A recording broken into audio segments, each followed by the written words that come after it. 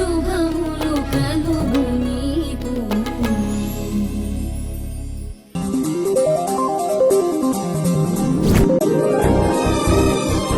నాకు విడాకులొద్దు.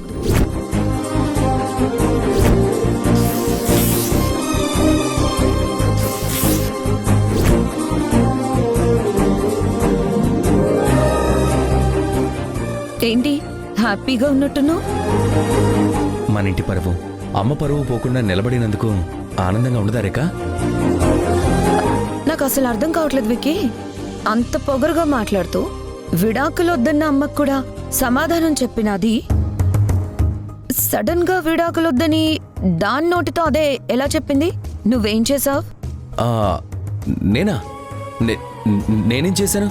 నేనేం చేయలేదు. ఏయ్, నాకు కథలు చెప్పకు. నువ్వు ఈ మధ్య దాంతో క్లోజ్గా మూవ్ అవ్వడం నేను గమనించాను.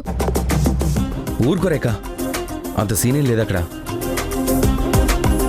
ఏదో అమ్మ గురించి తన దగ్గర ఎక్కువగా ఫీల్ అయ్యాను.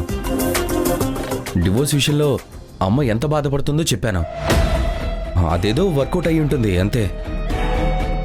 అందుకే ఈరోజు డివోర్స్కి నో చెప్పుంటుంది అంతే రేఖ. ఆహా, అలాగా? విక్కీ, రేఖ ఎక్కడున్నారా? ఏమైందమ్మమ్మా ఇంత హడావిడి పడుతున్నారు? హడావుడి కాదు, కంగారు. మీ అమ్మ ఏమైపోతుందోనని కంగారు. ఏ అమ్మకేమవుతుంది? హ్యాపీగానే ఉంది కదా. ఆ సంతోషం ఎక్కువైపోయి మధ్యాహ్నం నుంచి తిండి తినటం మానేసింది. అమ్మ తినలేదా? అవును, ఇంకా తినలేదు. అడిగితే సమాధానం చెప్పట్లేదు.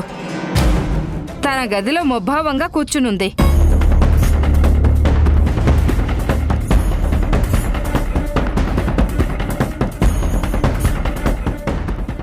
ఏంటబ్బా, అరుంధతి భోజనం మానేసి కూర్చుందా? అంటే నిజంగానే హాసిని చేసిన పనికి అరుంధతి సంతోషంగా లేదా? కృష్ణమ్మ వాళ్ళు చెప్పింది నిజమేనా? హాసిని,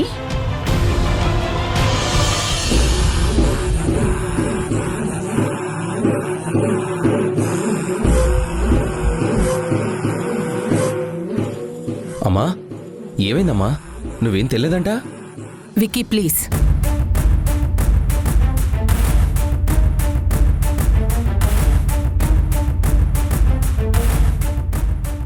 నాకేం తినాలనిపించలేదు, నన్నేం అడగద్దు. ఇప్పుడు ఏమైందని నువ్వు కోపంగా ఉన్నావమ్మా? నీ కోపానికి కారణం ఏమిటి? తను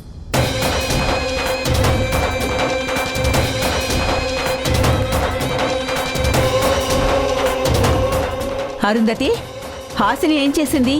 తను నా కళ్ళ ముందుంటే నాకు నా ఓటమి గుర్తొస్తుంది.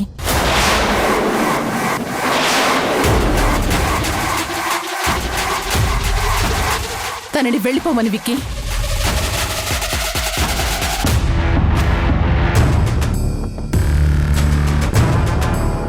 ఏయ్, నిన్నే. నువ్వు ఇంటి కోడలువని ఇల్లంతా పెత్తనం చూపించినా ఈ గదిలో మాత్రం అది చెల్లదు. ఇది మా అమ్మ పర్సనల్ స్పేస్. ఇక్కడ మా అమ్మకి నచ్చని వాళ్ళు ఉండడానికి వీల్లేదు. వెళ్ళ.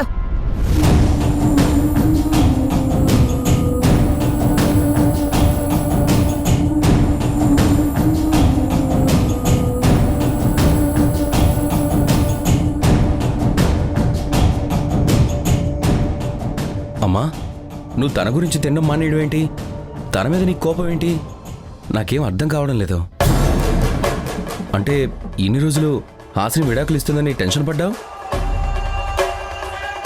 ఇప్పుడు కూడా తను మన ఇంటికి మేలు చేసే నిర్ణయమే తీసుకుంది. ఇది సంతోషించాల్సిన విషయమే కదమ్మా. సంతోషం ఎందుకు సంతోషించాలి విక్కీ? నీ భార్య నా మాటకి విలువ ఇవ్వనందుకు సంతోషించాలా? అమ్మా,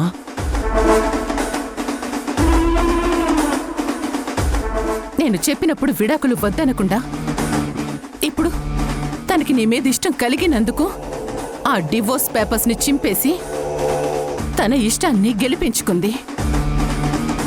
దానికి నేను సంతోషించాలా? అమ్మా, నాకున్న విలువని తన ఎడమ కాలితో వామనుడిలా పాతాళానికి తొక్కేసిందని సంతోషించాలా